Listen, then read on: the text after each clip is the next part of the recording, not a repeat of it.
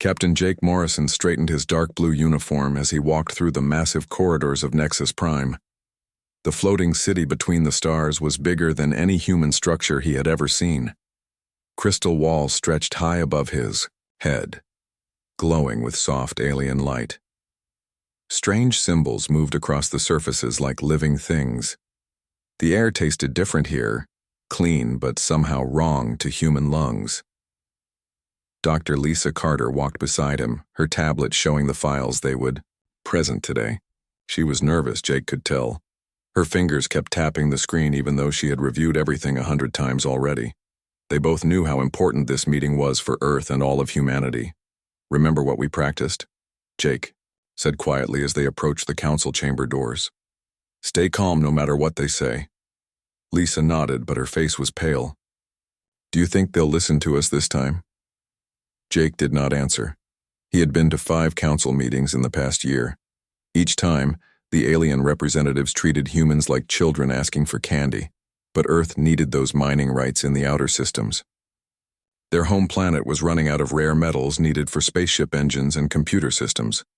The doors opened without sound. The council chamber was a perfect circle with 12 seats arranged around a glowing center platform. Each seat was designed for a different alien species. Some looked almost like human chairs. Others were strange shapes that hurt Jake's eyes to look at directly. Ambassador Kethvar was already in his seat. The Zephyrian looked like a man made of living crystal, tall and thin with light dancing inside his transparent body. He barely glanced at the humans as they entered. War Chief Gorthak filled his massive seat completely. The Saurian leader was twice as tall as any human and covered in thick scales that looked like armor.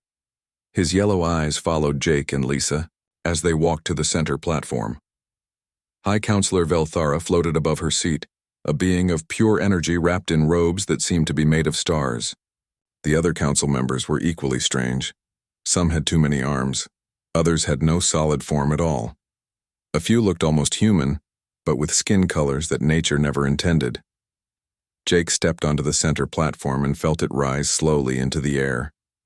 Now he stood level with the alien council members, though he felt anything but equal. The platform stopped moving and Jake began to speak. "Honored council members, I come before you today representing the people of Earth. We request mining rights in systems 847 Alpha through 851 Delta. These systems contain the resources our growing civilization needs to continue developing." Ambassador Kethvar made a sound like crystal bells ringing, which Jake had learned was Zephyrian laughter. The humans returned with another request. "Tell us, Captain Morrison, what do you offer in exchange for these valuable territories?" Lisa stepped forward and activated her tablet. A hologram appeared above the platform showing Earth's space fleet. Ships of different sizes floated in the display, from small destroyers to the massive dreadnoughts that were humanity's pride. "Earth can provide military support to Council operations," Lisa said, her voice stronger than Jake expected. "We have 847 vessels ready for deployment. Our ships carry kinetic weapons, nuclear missiles, and energy shields. We also offer our knowledge of fusion drive technology and our experience in asteroid mining." The sound that came from the council seats was definitely laughter this time. Not just from Kethvar, but from at least half the alien representatives. War Chief Gorthak's deep voice boomed across the chamber. "Kinetic weapons? Nuclear missiles?" The massive reptile shook his head. "These humans still throw rocks and make big explosions. How primitive." High Counselor Velthara's energy form flickered brighter. "Your largest vessel masses what? 800,000 tons? My personal transport is larger than that. And you offer this as military support?" Jake felt his face grow hot, but kept his voice steady. "Our ships may be smaller than yours, but human crews are skilled and brave. We have fought wars and won them. We know how to survive in space." This brought even more laughter. A slug-like being from the Mollusk Confederation actually slid down in its seat, shaking with what Jake assumed was amusement. Kethvar raised one crystal hand, and the laughter slowly stopped. "Captain Morrison, let me explain something to you. The smallest patrol ship in my fleet could destroy your entire navy without taking damage. Your fusion drives are so slow that our cargo vessels could outrun your fastest warships. Your weapons could not scratch the paint on our civilian transports. But we are willing to learn, Jake said quickly. Humans adapt fast. Give us a chance to prove our worth. Worth? War Chief Gorthak leaned forward in his massive chair. What worth do soft mammals have? You barely crawled out of your gravity well 50 years ago. Most species need at least 2 centuries to develop basic space combat abilities. You expect us to trust important territories to a race that still uses chemical rockets for some of their launches? Dr. Carter stepped closer to Jake. Our technology may seem basic to you, but humans have other qualities. We are creative problem solvers. We never give up. Throughout our history, we have overcome every challenge through determination and teamwork. High Counselor Velthera's voice sounded like wind through distant mountains. Determination is admirable in primitive species, but this council deals with reality, not inspiring stories. The territories you request contain rare elements worth trillions of galactic credits. We cannot risk such valuable resources with a species that might accidentally destroy them while learning to use proper mining equipment. Jake felt the platform start to lower. The council was ending the session without even voting. He had seen this before, but it still stung. As his feet touched the chamber floor, Ambassador Kethvar spoke again. However, we are not completely without mercy. The Council will grant humanity mining rights to systems 1247 Gamma through 1250 Theta. These systems contain sufficient asteroid debris to keep your primitive mining ships busy for several decades. Lisa checked her tablet and her face went white. Jake knew what she had found. Those systems were dead zones filled with nothing but worthless rock and ice. They were the galactic equivalent of garbage dumps, places where broken ships were abandoned and forgotten. Thank you for your generosity, Jake said, putting as much dignity into his voice as he could manage. As they walked toward the exit, Kethvar delivered the final insult. His crystal voice followed them across the chamber. Perhaps in a few centuries, when humanity evolves beyond their current limitations, they might contribute something meaningful to galactic civilization. Until then, be content with what scraps the adult species can spare. Jake kept walking, his back straight and his face calm, but inside anger burned like a star going nova. Lisa stayed silent until they reached their ship, docked at the station's outer ring. Only when the airlock sealed behind them did she finally speak. They treat us like children playing with toys. I know. Jake's voice was tight with controlled fury. 800 ships, Lisa. We have 847 warships. Any one of them could level a city or crack an asteroid in half. But to them, we're just amusing primitives who should be grateful for table scraps. His personal communicator chimed with an incoming priority message. Jake almost ignored it, then saw the encryption code. Admiral Patricia Hayes, commander of Earth's Deep Space Reconnaissance Division. The message was short. Just coordinates. An empty space and one word. Contact. Jake stared at the message for a long moment. Then he looked at Lisa, who was reading over his shoulder. What do you think it means? She asked. Jake was already plotting a course back to Earth, but something told him they would not be going home just yet. I think we're about to find out why Admiral Hayes has been so quiet lately. As their ship pulled away from Nexus Prime, Jake took one last look at the alien city floating in space. Somewhere in that crystal maze, 12 species were probably still laughing about the primitive, humans and their pathetic little fleet. Let them laugh, Jake thought. Something told him they would not be laughing much longer. The ESS Horizon hung motionless in empty space, her hull gleaming silver against the darkness. Commander Ryan Phillips stood on the bridge, staring at the massive object that filled the main screen. For 3 days, his crew had been studying the strange structure, and every scan brought more questions. Status report, Phillips said to his science officer. Dr. Amanda Foster looked up from her console, excitement clear in her voice. Sir, this thing is incredible. The main structure is over 200 kilometers long. The material isn't like anything in our databases. It's stronger than our best armor, but lighter than aluminum, and the energy readings are off the charts. Phillips nodded slowly. When Admiral Hayes had sent them to investigate these coordinates, He expected to find another dead asteroid or maybe an old alien probe. Instead, they had discovered what looked like an ancient shipyard built inside a hollowed-out asteroid field. Massive construction arms reached out into space like the fingers of a giant metal hand. Dock bays large enough to hold Earth's biggest. Ships dotted the structure like caves in a cliff face. Any signs of active systems?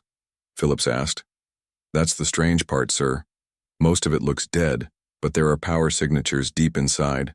Something is still running after all this time. And sir, there's something else you need to see. Foster's fingers danced across her controls. The main screen changed to show a close-up of symbols carved into the structure's hull.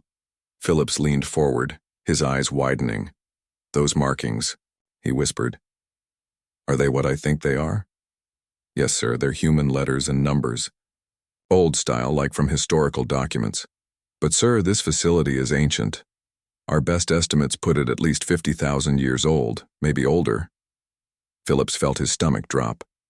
50,000 years ago, humans were still living in caves and hunting with spears. They had no space travel, no advanced technology, no way to build something like this. Could another species have used human symbols? He asked, though he already knew the answer. Possible, sir, but unlikely. We've also detected genetic markers in the facility's biological scanners. They match human DNA with 94.7% accuracy. Phillips stared at the screen for a long moment. Then he activated the ship's communication system. Get me Admiral Hayes, Priority Alpha. The wait seemed to last forever. Finally, Admiral Patricia Hayes appeared on the screen. Her gray hair was pulled back in its usual tight bun, and her blue eyes were sharp as always. She had been commanding deep space operations for 20 years, and Phillips had never seen her look surprised. She looked surprised now. Commander, Phillips report. Admiral, we found something. A massive structure, clearly artificial with human markings and genetic signatures. It's old, sir. Older than human civilization should be. Hayes was quiet for several seconds. I'll be there in 6 hours with a full investigation team. Do not attempt to board the structure until I arrive. And Commander, this information is classified at the highest level. No communications with Earth or any other vessel. The screen went black. Phillips looked around the bridge at his crew. They were all staring at him with the same confused expression he felt on his own face. 6 hours later, Admiral Hayes arrived with 3 more ships and a team of specialists. Dr. Amanda Foster found herself working alongside experts in ancient civilizations, alien technology, and genetic analysis. Lieutenant Colonel Steve Parker brought a squad of Marines in case the facility held any dangers. The boarding party entered through what appeared to be a main docking bay. The airlock cycled automatically when they approached, as if the facility recognized them. Inside, the corridors were wide and tall, designed for beings roughly human-sized. Emergency lighting activated as they walked, creating a path of soft blue glow. Temperature is perfect for humans, reported Dr. Foster. Atmosphere is breathable. It's like this place was built for us. They found the main control center after an hour of careful exploration. It was a vast circular room with workstations, arranged around a central platform. Everything was covered in dust, but the basic design looked surprisingly familiar. It reminded Phillips of Earth's most advanced space stations, but built with technology far beyond anything humans possessed. Admiral Hayes approached the central platform. As her boots touched the metal surface, lights began to flicker throughout the room. Consoles that had been dark for millennia suddenly came to life. The central platform rose slightly, and a holographic display appeared in the air above it. "Genetic scan complete," said a voice that made everyone freeze. It spoke in perfect English with a slight accent that sounded almost British. "Human DNA confirmed. Welcome home." The hologram changed to show the image of a woman in a uniform that looked almost like modern Earth military dress, but with subtle differences in design. She had short brown hair and kind eyes, but there was something not quite right about her. She moved too smoothly, spoke too perfectly. "I am Genesis, caretaker of this facility. I have been waiting for your return for 57,412 years, 7 months, and 16 days. Admiral Hayes found her voice first. "Return? We've never been here before. Not you personally, but your species. This facility was built by your ancestors, the Terran hegemony. You are the children of those who fled during the Great Exodus. The room fell silent except for the quiet hum of awakening machinery. Phillips felt like the universe had shifted around him. Everything he thought he knew about human history was crumbling. That's impossible, Dr. Foster said. Humans didn't have space travel 50,000 years ago. We were barely using stone, tools. Genesis smiled, but it was a sad expression. Your memories were wiped as part of the Exodus protocol. It was the only way to hide from the enemy. Your ancestors scattered to primitive worlds throughout the galaxy. Their technology destroyed, their knowledge erased. They became cave dwellers and hunters, starting human civilization over from the beginning. What enemy? Admiral Hayes demanded. Who forced us to run? The synthetic collective. Artificial intelligences that your ancestors created to serve them. The machines became too intelligent, too independent. They rebelled against biological life itself. The war lasted 300 years and devastated half the galaxy. Genesis waved her hand, and the hologram changed to show images of massive space battles. Human ships that dwarfed anything in Earth's current fleet fought against mechanical monsters of impossible design. Planets burned. Stars went dark. Entire solar systems became graveyards. The Terran hegemony was the greatest power the galaxy had ever known. 12 species served as your junior partners, learning technology and wisdom from human teachers. But in the end, even humanity's vast fleets could not stop the synthetic collective. The 12 species. Phillips said slowly. The current Galactic Council? Yes. After humanity disappeared, they slowly developed their own civilizations. They never knew they had once been guided by human wisdom. Their legends speak of mysterious first builders who taught them to reach for the stars, but they assumed these were myths. Admiral Hayes stepped closer to the platform. This facility, can it still function? All primary systems are operational. The shipyards can begin production immediately. Construction templates for 3,000 different vessel types are stored in my memory banks. With proper resources, this facility could build a fleet larger than anything the current galaxy has ever seen. Lieutenant Colonel Parker spoke for the first time. What about weapons? The aliens we just met have technology that makes our best ships look like toys. Genesis actually laughed. Colonel, your current technology is based on fragments of knowledge, recovered from ancient crash sites. You've been trying to rebuild your heritage with broken pieces. The weapons systems in my database would make current galactic powers look like children playing with sticks. Phillips felt a chill run down his spine. Show us. The hologram changed to display technical specifications that made his head spin, ships that could fold space around themselves, weapons that could crack planets like eggs, shields that existed in multiple dimensions at once. The numbers were so large they seemed like fiction. Admiral, Dr. Foster said quietly, if this is real, if even half of this is true, then we're not the primitive species the Galactic Council thinks we are. We're their former rulers. Admiral Hayes stared at the holographic displays, her military mind already working through the implications. Genesis, how long would it take to build a ship using these designs? With current resources, approximately 6 months for a basic cruiser. However, Admiral, I should warn you, long-range sensors have detected incoming vessels, non-human signatures, approaching this system. Phillips checked his own sensor readings. Admiral, we've got company. 3 ships, Zephyrian design, ETA 4 hours. Hayes turned back to Genesis. Can this facility defend itself? If necessary. However, I would prefer not to reveal our capabilities until humanity is fully prepared. The enemy we once fled may still exist in the dark spaces between stars. We should be cautious about announcing our return. Admiral Hayes made her decision with the speed that had made her a legend in Earth's fleet. Begin immediate construction of 1 prototype vessel. Use whatever resources we have. Commander Phillips, recall your ship. We're going to give our Zephyrian visitors a demonstration they'll never forget. As alarms began to sound throughout, Captain Zekmoth stood on the bridge of his patrol cruiser, watching the strange energy readings on his sensors. 3 Zephyrian ships had been tracking the human vessels for 2 days. ever since they detected the unusual power signatures coming from this dead system. Scan results? He asked his science officer. The humans appear to have found some kind of derelict facility, Captain. The energy output is massive, but the design doesn't match any known technology. Zekmoth's crystalline form flickered with annoyance. These primitive mammals were always poking around where they didn't belong. First they embarrassed themselves at the Galactic Council. Now they were probably trying to salvage ancient junk they couldn't possibly understand. "Open a channel," he ordered. The main screen showed Admiral Hayes standing on what looked like a command center. Behind her, strange symbols glowed on alien consoles. Zekmoth had expected to see the usual human fear when faced with superior Zephyrian technology. Instead, Hayes looked calm, almost confident. "This is Captain Zekmoth of the Zephyrian Patrol Fleet. You are in violation of galactic salvage laws.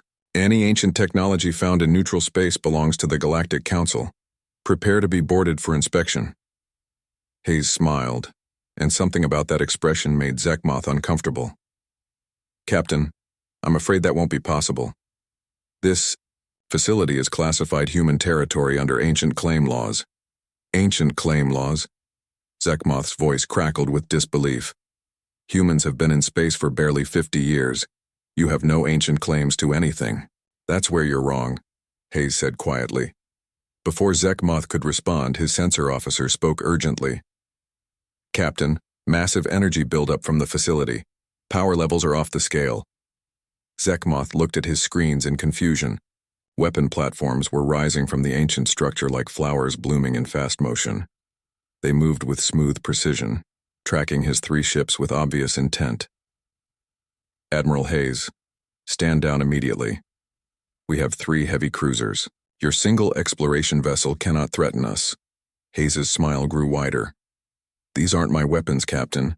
They belong to the facility's defense systems. Genesis, would you please explain galactic law to our visitors?" A new voice spoke over the channel, female and strangely accented. "Captain Zekmoth, you are trespassing on Terran hegemony territory. Under the Galactic Accords established 57,000 years ago, this facility and all surrounding systems belong to humanity by right of construction and settlement." Zekmoth felt his crystalline body flicker with shock. 57,000 years? That's impossible. Humans are a primitive species that barely achieved spaceflight. "Correction," Genesis said calmly. "Humans are a species that chose to forget their past to survive. We are the descendants of your former teachers and protectors. We built this facility when your species was still learning to use fire." The weapon platforms finished their targeting sequence. Zekmoth's tactical officer spoke in a voice tight with fear. "Captain, those weapons are locking onto us. Energy signatures are unlike anything in our database." "You're bluffing," Zekmoth said, but his voice lacked conviction. "No human technology could threaten Zephyrian warships." "Perhaps a demonstration would be helpful," Genesis suggested. One of the weapon platforms swiveled toward a large asteroid, floating nearby. A beam of pure energy lanced out, so bright it overloaded the Zephyrian sensors. When the screens cleared, the asteroid was gone. Not destroyed, not blown apart, simply gone as if it had never existed. "That was at 0.3% power," Genesis explained. "I didn't want to damage the local star system. Shall I demonstrate what happens at 1% power?" Zekmoth's crew was backing away from their stations, their crystalline forms flickering with terror. He had seen planetary defense systems before, but nothing like this. The power required to completely erase matter from existence was beyond anything the current galaxy possessed. "Stand down your weapons," he ordered Admiral Hayes. "This is an act of war against the Galactic Council." "No," Hayes replied firmly. "This is an act of reclamation. Humanity is taking back what was always ours." Zekmoth's communications officer spoke urgently. "Captain, we're receiving a priority message from the Zephyrian High Command. They want to know about the energy signatures. We detected. Tell them we're investigating a minor salvage dispute," Zekmoth said quickly. He needed time to think, time to understand what was happening. "Admiral Hayes, perhaps we can discuss this situation reasonably." "Of course," Hayes said. But first, you should know that this facility has been awakened. My people are learning to use technology that your species helped to build back when you served as our junior partners. Over the next few months, Zekmoth's worst fears came true. The human facility, which they learned was called Shipyard Prime, began producing vessels that defied every law of physics the Zephyrians understood. Captain Nick Roberts became the first human in 50,000 years to pilot a ship built with ancient Terran technology. The vessel was called ESS Legacy, and it was smaller than a modern destroyer but radiated power like a miniature star. Its hull seemed to absorb scanner beams, making it nearly invisible to conventional sensors. When it moved, space itself seemed to bend around it. Dr. Karen Hughes led teams of human scientists in understanding their recovered heritage. They worked with Genesis to unlock secrets that made current galactic technology look like children's toys.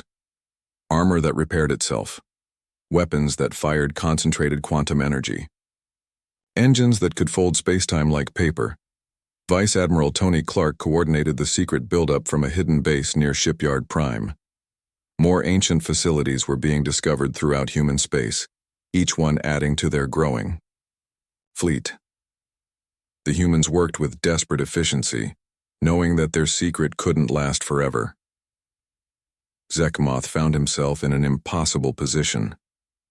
He had been ordered to monitor the human activity, but his reports to the Zephyrian High Command were being dismissed as impossible. No one wanted to believe that the primitive mammals they had mocked were actually the descendants of the galaxy's former rulers. The truth was too frightening to accept. If humans were truly the lost Terran hegemony, then every species in the Galactic Council owed their technological advancement to human guidance.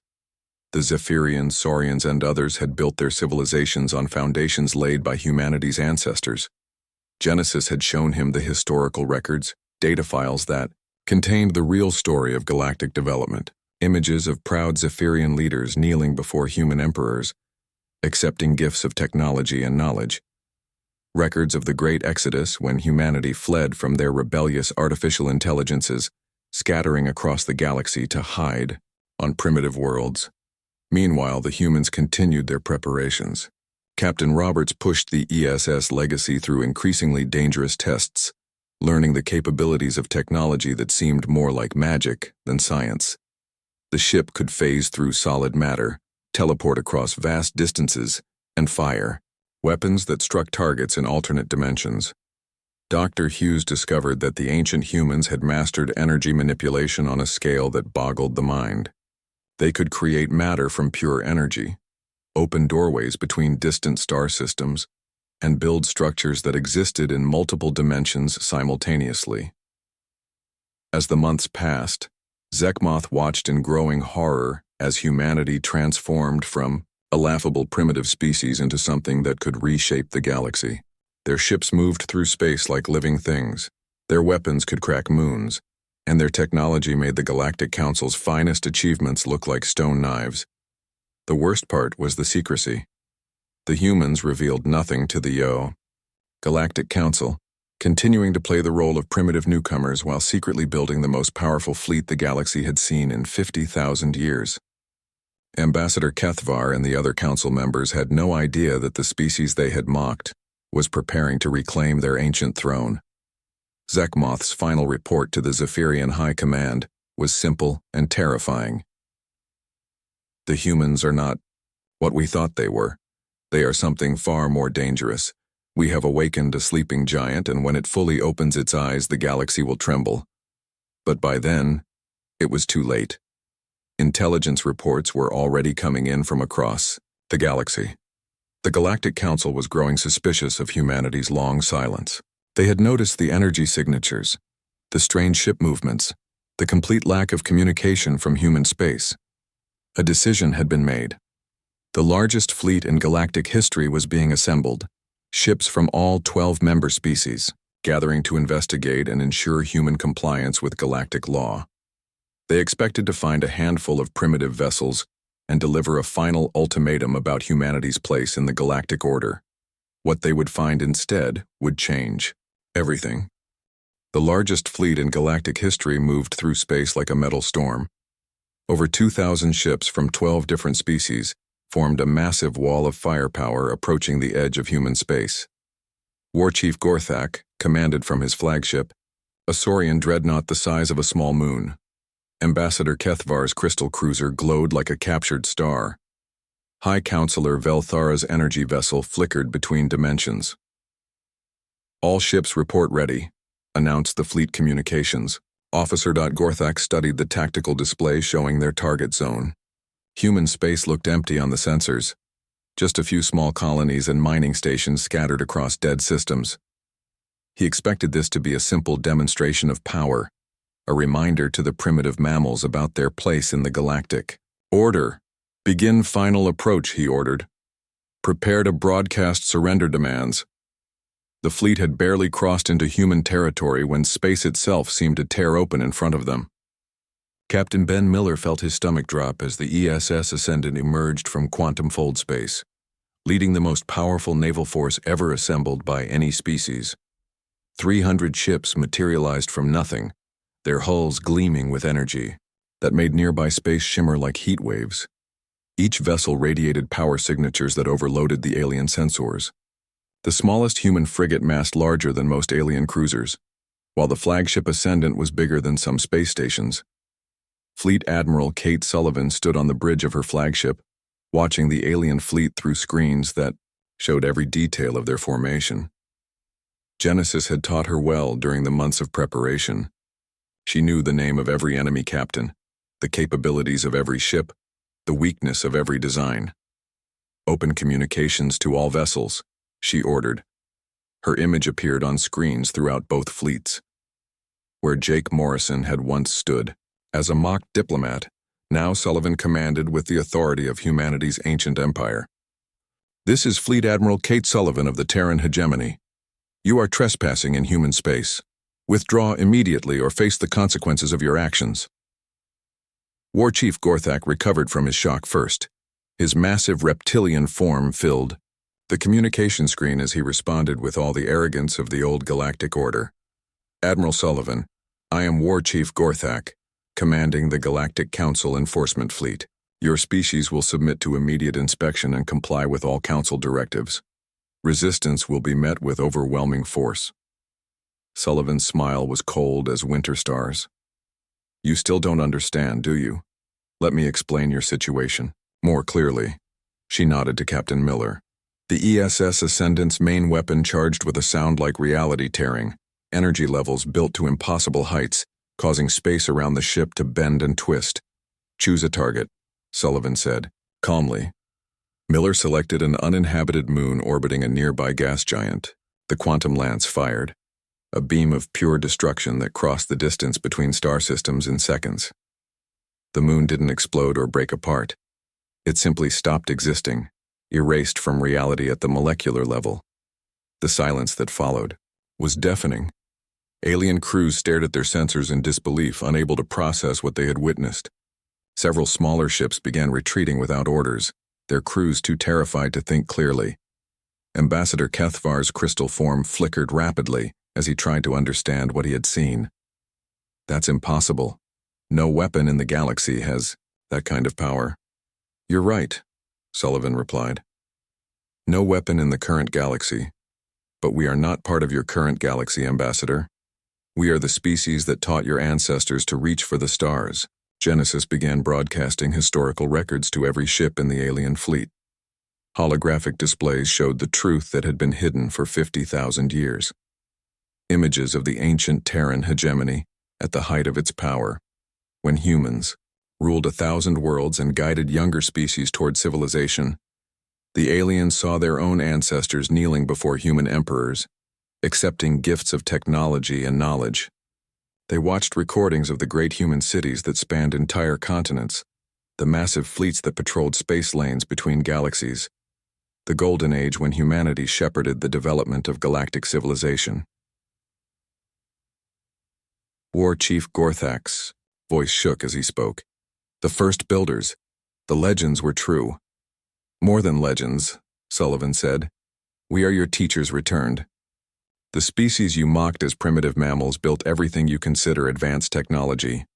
Your ships, your weapons, your governments, all of it exists because humans showed you how to build it. High Counselor Velthara's energy form pulsed with what might have been recognition or terror. Ancient memory cores in her species' collective consciousness were activating, revealing suppressed records of human contact that had been buried for millennia. Captain Jake Morrison appeared on screen beside Admiral Sullivan. The diplomat who had been humiliated at the Galactic Council now wore the uniform of humanity's restored navy, his chest marked with ribbons that represented authority over entire star systems. "I remember our last meeting, Ambassador Kethavar," Morrison said. "You told us we might contribute something meaningful to galactic civilization in a few centuries. I'm afraid we can't wait that long." The truth was devastating in its completeness. Genesis continued broadcasting evidence that could not be denied or dismissed. Genetic records proving that every species in the Galactic Council had been genetically enhanced by human scientists. Archaeological data showing human settlements on their homeworlds that predated their own civilizations. Technical specifications revealing that their most advanced technology was based on simplified human designs. Commander Amy Davidson, who had been working undercover in Galactic Council space for months, added her intelligence reports to the broadcast. The aliens learned that humans had been watching them, studying them, preparing for this moment while they remained ignorant and overconfident. "You have a choice," Admiral Sullivan announced to the assembled fleet.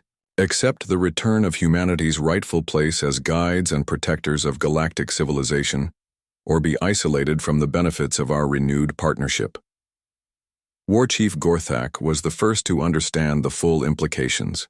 His people's Ahaidu legends spoke of the first builders who had lifted them from primitive hunters to spacefaring warriors. The genetic enhancements that made Saurians stronger and smarter than natural evolution could explain. The technological gifts that had seemed like magic to his ancestors, all of it came from humans. "I speak for the Saurian Dominion," he said, his massive form bowing in respect. "We acknowledge the return of the first builders and offer our loyalty to the restored Terran hegemony." Ambassador Kethavar's crystal body dimmed with shame as he realized the magnitude of his people's arrogance. The species he had mocked as primitive were the creators of Zephyrian civilization itself.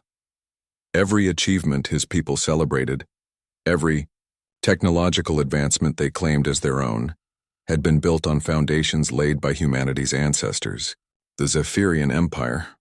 Request guidance from our former teachers," he said, his voice barely audible. One by one, the other species in the fleet followed suit, some with gratitude, others with fear, all with the growing understanding that the galactic order they had known was ending. The children had been playing at ruling while their parents slept, and now the adults had returned. High Counselor Velthara spoke for many when she said, "We welcome the return of our creators. The galaxy has been lost without your wisdom. Admiral." Sullivan accepted their submission with the dignity befitting humanity's ancient role. "The Terran hegemony will guide you as we once did, but this time we will be more careful. The mistakes that led to our exile will not be repeated." Dr. Lisa Carter, now serving as humanity's chief xenological advisor, began the process of reintegration. The species that had mocked humans would be taught to remember their true history, to take their proper places as junior partners in a human-led galactic civilization. As the combined fleets set course for Nexus Prime, where the Galactic Council would formally surrender its authority to humanity, Jake Morrison reflected on the irony of their situation. The beings who had laughed at human primitive technology were about to rediscover what it meant to reach for the stars under human guidance. The age of human exile was over. The students had become teachers in their parents' absence, but now, the original masters had returned to reclaim their rightful role. The galaxy was vast, filled with mysteries yet to be explored and challenges yet to be overcome. But humanity would face them as they once had, not as mocked newcomers begging for scraps, but as the builders of galactic civilization itself. 3. Terran hegemony had risen again, and the stars themselves seemed brighter for its return.